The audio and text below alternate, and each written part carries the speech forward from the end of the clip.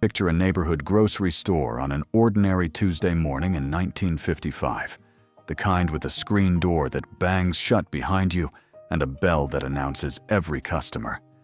A loaf of bread sits on the shelf for 18 cents. A half-gallon of milk runs about 43 cents.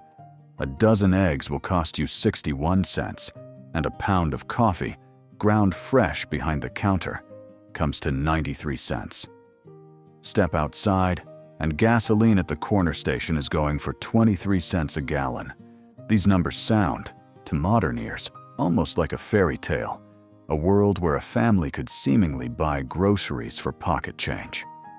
But the real story of 1950s prices isn't simply that everything cost less. It's about what those prices actually meant against the wages, the mortgages, and the daily rhythms of the people paying them. And it's a story considerably more layered and considerably more interesting than a simple list of cheap groceries might suggest. To understand what these prices genuinely represented, you have to start with what an average American family actually earned. In the middle of the decade, around 1955, the average annual income in the United States stood at approximately $4,137, a figure that, spread across 52 weeks, works out to somewhere in the neighborhood of $80 a week for the typical American household. Against that income, our earlier grocery list starts to reveal its true shape. That 18-cent loaf of bread represented a genuinely small fraction of a typical day's earnings, but it existed within a household budget where nearly every category of spending, food, housing, transportation, and clothing, had to be carefully balanced against a single, often singular income, since the vast majority of these households in the 1950s were supported by one wage earner rather than two. Let's walk through the full shopping trip a bit further, because the details paint a genuinely vivid picture of exactly what daily life cost. Sirloin chops ran about 69 cents a pound, while a more modest pot roast could be had for around 43 cents a pound, giving families a meaningful choice between a special occasion cut and a more economical Sunday dinner, depending on the week's budget. A 10-pound bag of potatoes cost about 53 cents. A small can of tuna ran around 25 cents. Even small indulgences carried remarkably modest price tags by today's standards. A package of Oreo cookies for 39 cents, a pint of potato salad for 29 cents, and a box of Cracker Jack, complete with its famous surprise toy tucked inside, for a nickel. These weren't luxury purchases. They were the ordinary, unremarkable contents of a typical family's weekly grocery basket, purchased at a neighborhood store that, in most American towns and cities of this era, still functioned as much as a social gathering point as a simple place of commerce, the kind of establishment where the shopkeeper very likely knew most of his regular customers by name.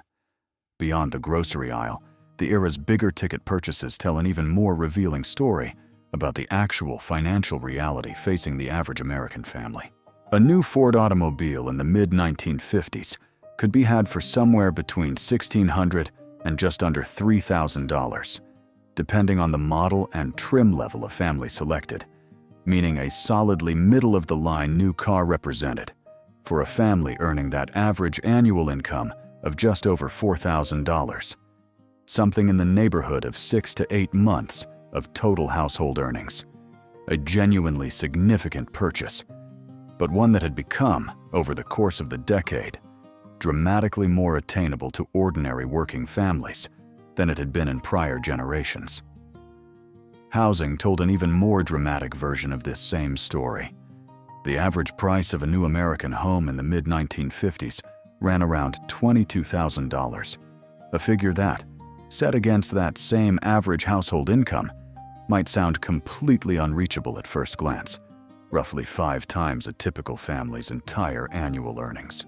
But the actual math facing a young family looking to buy in 1955 looked considerably more manageable than that raw comparison suggests. And to understand why, you have to look specifically at Levittown. Levittown, built originally on Long Island beginning in the late 1940s by the construction firm Levitt and Sons, represents perhaps the single most influential development in the entire history of American suburban housing. And its pricing structure explains a great deal about how ordinary post-war families actually managed to afford homeownership on a single income. A modest 2-bedroom, 1-bathroom home in the original Levittown development sold for around $7,000 when the community first opened, a figure that, crucially, required no down payment whatsoever for qualifying veterans, thanks to mortgage guarantees established under the GY Bill, and carried a monthly mortgage payment of roughly $58, an amount that fit comfortably within the budget of a single average wage earner's weekly paycheck. This wasn't an accident of pricing. It was the direct, deliberate result of a federal policy shift, one that had, just a few years earlier, transformed the entire landscape of American homeownership by guaranteeing low-interest, 30-year mortgages requiring minimal, or, in many veteran cases, no down payment at all. A dramatic change from the prior standard, where a typical family might have needed to put down as much as half of a home's total value before ever qualifying for financing. William Levitt's construction methods matched this financial innovation with an equally significant manufacturing one. Rather than building homes one at a time using traditional construction methods, Levitt organized his crews around a reverse assembly line process, breaking construction down into a sequence of roughly 24 discrete, specialized steps, with different teams of workers moving from house to house, performing the exact same single task repeatedly.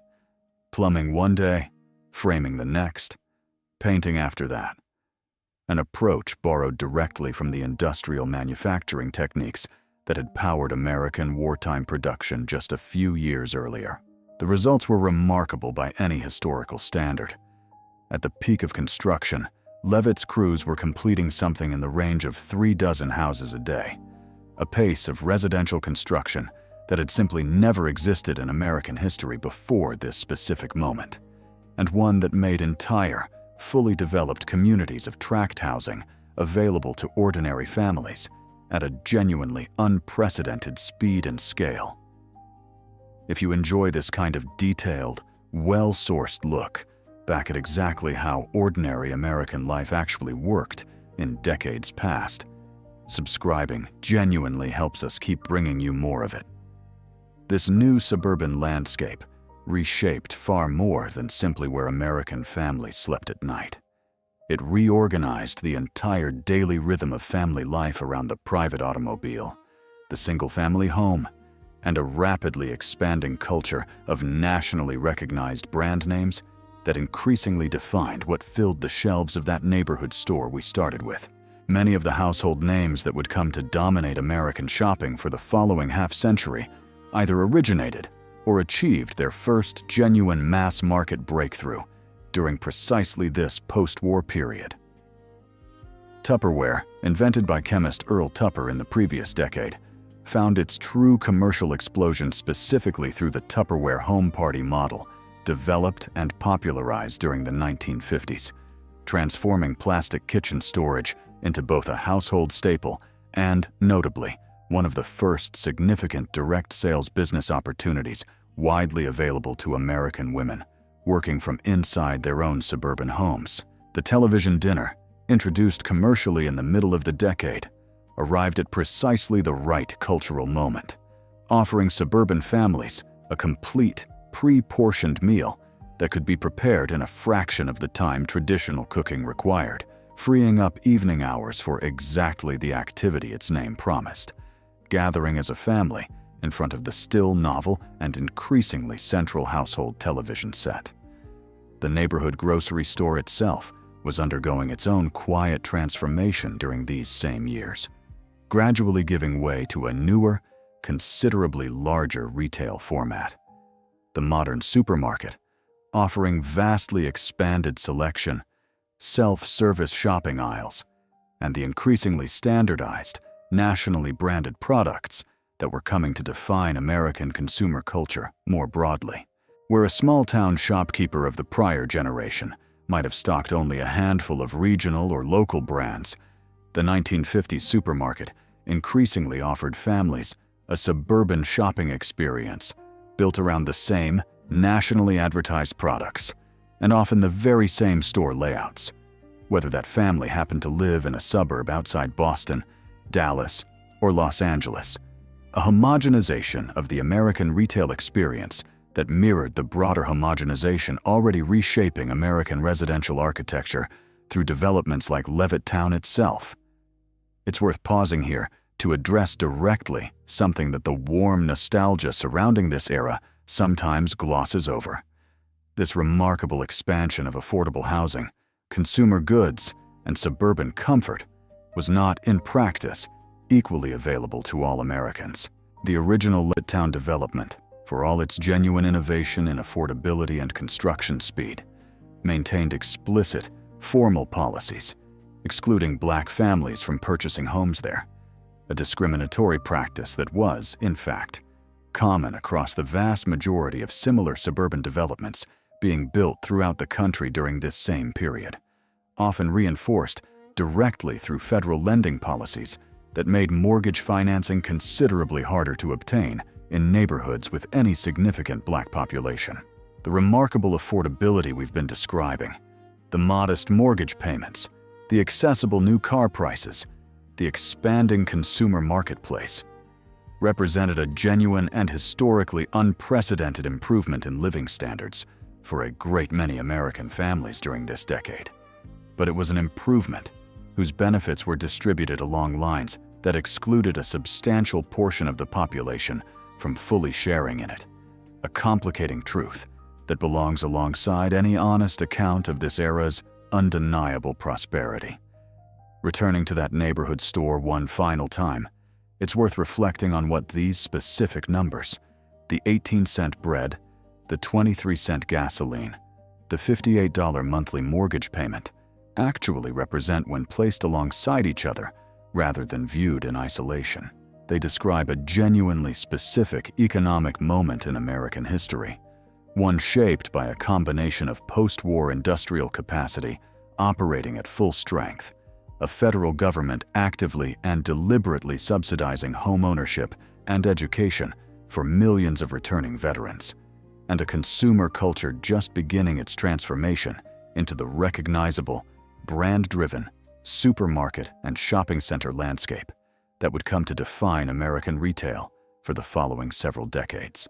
The prices themselves were low by modern comparison, certainly, but their true significance lies less in the specific cents and dollars attached to a loaf of bread or a gallon of gasoline, and more in what those numbers, taken together, reveal about a particular, historically distinctive arrangement between wages, government policy, and the accessibility of the American middle-class lifestyle, an arrangement that shaped the daily lives of an entire generation of families in ways that still echo through how many Americans picture the decade today. If this closer look at the real numbers and real life behind 1950s nostalgia gave you something new to think about, share this video with someone who'd enjoy taking a genuine, detailed trip back to that neighborhood store.